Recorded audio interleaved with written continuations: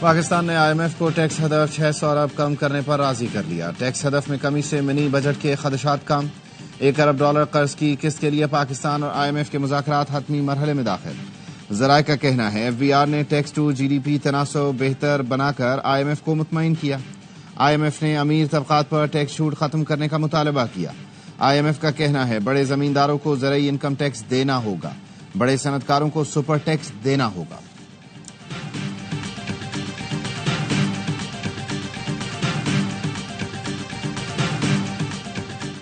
DG ISPR اور وزیر اعلی بلوچستان آج سہ پہر 3:30 بجے اہم پریس کانفرنس کریں گے۔ جعفر ایکسپریس پر حملے اور سیکیورٹی فورسز کے ریسکیو آپریشن پر بریفنگ دی جائے گی۔ پریس کانفرنس میں جعفر ایکسپریس سے متعلق اہم نکات پیش کیے جائیں گے۔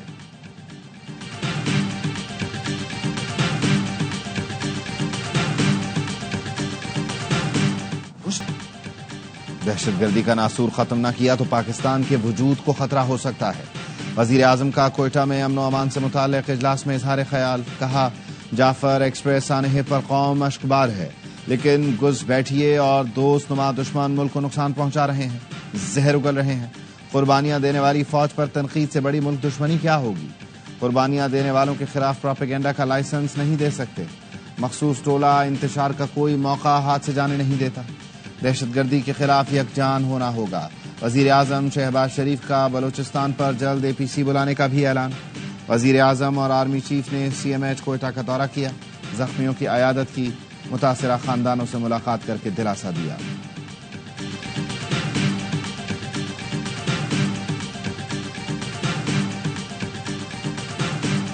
جعفر ایکسپریس واقعے میں ہمارے نوجوانوں نے جام شہادت نوش کیا، واقعے کی مذمت کرتے ہیں۔ قانون کی حکمرانی نہیں ہوگی تو ملک ترقی نہیں کرے گا۔ اپوزیشن لیڈر عمر ایوب نے کہا سپرنٹینڈنٹ نے بشرا بی بی سے ملاقات کے لیے معذرت کی۔ علیمہ خانم نے ایسی کوئی بات نہیں کی جس پر وکلاء برہم ہو رہے ہیں۔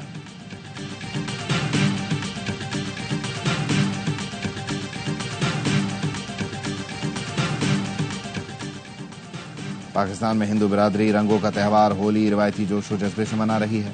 وزیر اعظم شہباز شریف کی ہندو برادری کو ہولی کی مبارکباد، کہا ہولی کا تہوار بہار کی آمد کا اعلان، محبت اور اچھائی کی فتح کی علامت ہے۔ ہولی کا تہوار محبت اور ایک متحرک توانائی کا احساس دلاتا ہے۔ حیدرآباد میں ہولی کی تقریبات کا آغاز، وزیر مملکت کھیل داس کوہستانی کی مرکزی تقریب میں شرکت۔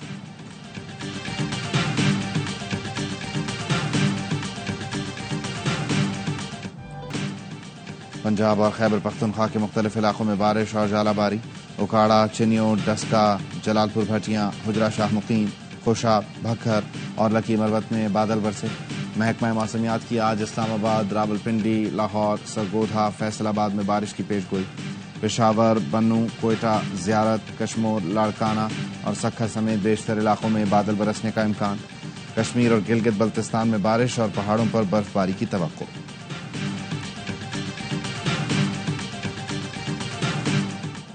ریائی خان میں گھریلو جھگڑے پر بھائیوں میں گولیاں چل گئیں، فائرنگ سے 2 خواتین سمیت 4 افراد جاں بحق، 2 زخمی۔ پولیس نے لاشوں اور زخمیوں کو ہسپتال منتقل کر دیا۔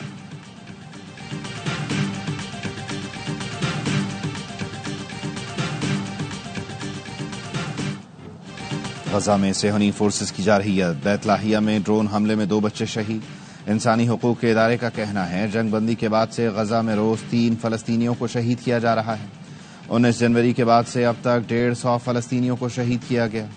13 روز سے غزہ میں امداد کی فراہمی بند۔ اسرائیلی فورسز نے بجلی بھی معطل کر دی۔ دوحہ میں جنگ بندی کے دوسرے مرحلے کے لیے مذاکرات جاری۔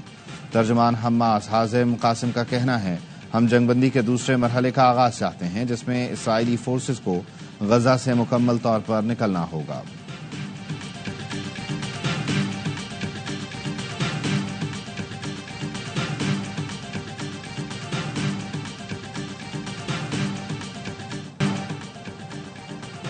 سوشل میڈیا پر منفی پروپیگنڈا کا الزام، علیمہ خانم کو غیر حاضری پر JIT نے آج دوبارہ طلب کر لیا، ذاتی حیثیت میں پیش ہونے کی ہدایت۔ گزشتہ روز opposition leader Omar Ayub JIT کے سامنے پیش ہوئے۔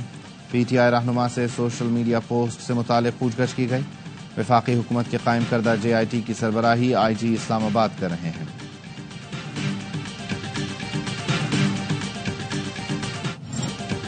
اور 10واں سیزن چھڑے گا 6 ٹیموں میں کرکٹ کا محاذ۔ پی ایس ایل ٹرافی کی رونمائی کا منفرد انداز، اے آر وائی کی اسکرین پر 10 سال کی تلاش کے بعد سمندر کی تہ میں خزانے کی دریافت کا ٹیزر، چمچماتی ٹرافی غوطہ خور نے بحیرہ عرب کی گہرائی سے خزانے کی طرح نکالی، اسٹیک ہولڈرز کے حوالے کی۔ ٹرافی کا نام دی لیومینارا رکھا گیا ہے۔ چاندی سے تیار کی گئی ٹرافی میں 22,000 زرخون جڑے ہیں۔ Chairman P C B Mohsin Naqvi کہتے ہیں ٹرافی پی ایس ایل کے روشن مستقبل کی نوید ہے۔